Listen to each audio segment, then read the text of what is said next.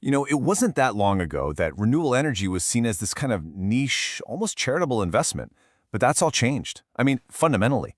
Today, we're talking about a core infrastructure asset class, one that's attracting serious money from the biggest, most sophisticated investors on the planet. And that's because renewable energy has a secret. See, behind the solar panels and the giant wind turbines, beyond all the important environmental goals, there is a very sophisticated financial machine at work. It's an engine designed specifically to generate consistent, predictable, and, most importantly, very attractive returns.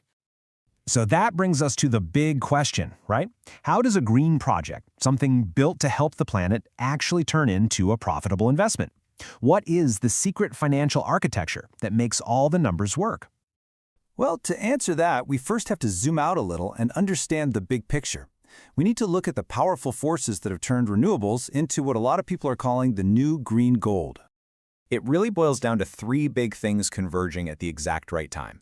First, the tech just got incredibly cheap. I mean, the costs for solar and wind have fallen off a cliff, making them competitive with fossil fuels all on their own.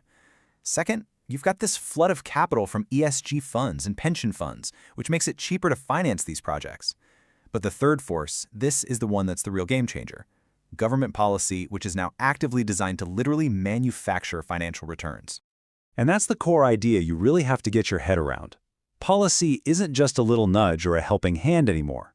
It's the actual architect of profitability in this entire space. It is the mechanism that takes something with environmental value, like reducing carbon emissions, and translates it directly into cold, hard financial value for an investor. So, for an investor, this whole thing becomes a kind of puzzle. Their job is to look at all the available policies and figure out how to piece them together to do one of three things for their financial model. Lower the massive upfront cost to build the project, boost the revenue it makes every year, or, and this is a big one, make its future earnings as safe and predictable as possible. So, with that in mind, let's open up the investor's toolkit. We're going to break down the main policy tools that investors are using to turn these green projects into financial home runs. First up, carbon credits. The concept here is actually pretty simple. When a project generates clean electricity, it's avoiding a bunch of CO2 that would have otherwise gone into the atmosphere. Well, you can measure that avoided pollution, get it certified, and then sell it as a credit to another company that needs to offset its own emissions.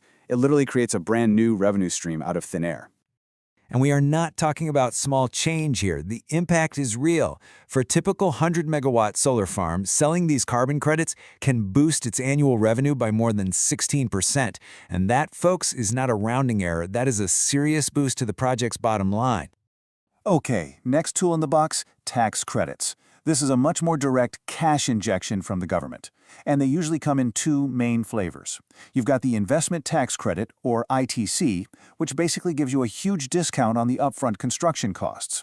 Then you have the production tax credit, or PTC, which pays you for every little bit of electricity you actually produce and sell. And just look at the difference this makes.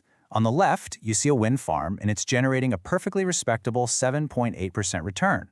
Now look to the right. This is the exact same project. Same turbines, same wind, same location. But with a 30% investment tax credit, the return suddenly skyrockets to 11.5%. That's an incredible jump, and it's created entirely by a single line in the tax code. So you can see this becomes a really strategic decision for an investor. It all depends on the project. If you've got a project with super high upfront costs, the ITC is probably your best friend. But if you have a reliable workhorse of a project that's just going to churn out steady power for decades, the PTC, which rewards that production, might just be the smarter long-term play. Now, this final tool tackles what is maybe the single biggest risk for any energy project: volatile prices. Policies like feed-in tariffs or contracts for difference basically act as a long-term, government-backed sales contract. They guarantee the project a stable, predictable price for the electricity it sells, often for 15, 20, even 25 years. And this comparison just says it all, doesn't it? On one side, you have the wild, unpredictable chaos of the open market. On the other, you have a rock-solid, predictable revenue stream backed by the full faith and credit of a government. For a bank or a pension fund that's thinking about lending you money, that certainty is absolutely everything. It's what makes a project bankable. Okay, so we've looked at the individual tools in the toolkit. Now let's see how the pros put it all together. How do they stack these different policy-backed assets to build a really high-performing investment portfolio? Well, a modern green portfolio isn't just one thing anymore. It's a diversified mix of all kinds of technologies, each with its own risk profile and its own set of policy supports. You've got mature stuff like solar and wind mixed in with newer technologies like big battery storage systems and even green hydrogen projects. And when you blend all those different assets together and you optimize each one with the right policy tools we just talked about, you can end up with a very attractive return for the whole portfolio. In this hypothetical case, we're talking about a return of over 12%. But here it is. This is the crucial takeaway. Without all those policy incentives, that exact same portfolio of assets might only earn a return of, say, 7 or 8%. That difference, that extra 4 full percentage points, is what we call the policy premium. It is the value added directly by the smart government financial architecture. Now, of course, this isn't a risk-free game. The very thing that creates these amazing returns, government policy, also creates its own unique set of risks. So let's take a quick look at the fine print. I mean, it makes sense, right? Since the returns are so dependent on what the government does, the biggest risks are also tied to what the government might do.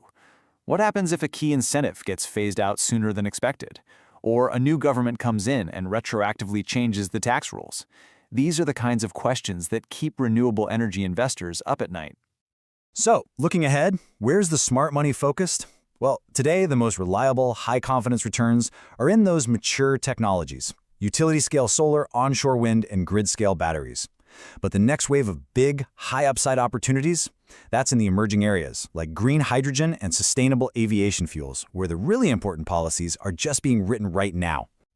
So, to sum it all up, the role of policy in this whole financial machine is really 4 things. It systematically lowers the cost of investment, it raises the operating revenue, it dramatically reduces financial risk, and, ultimately, it's what makes these huge, expensive projects bankable in the first place. And that leaves us with this really powerful line from the source material. These policies don't just support renewable projects. In the world of modern green finance, they are the factory floor where profitability is quite literally manufactured. And the real question for the future is, how long is that factory going to keep running at full capacity?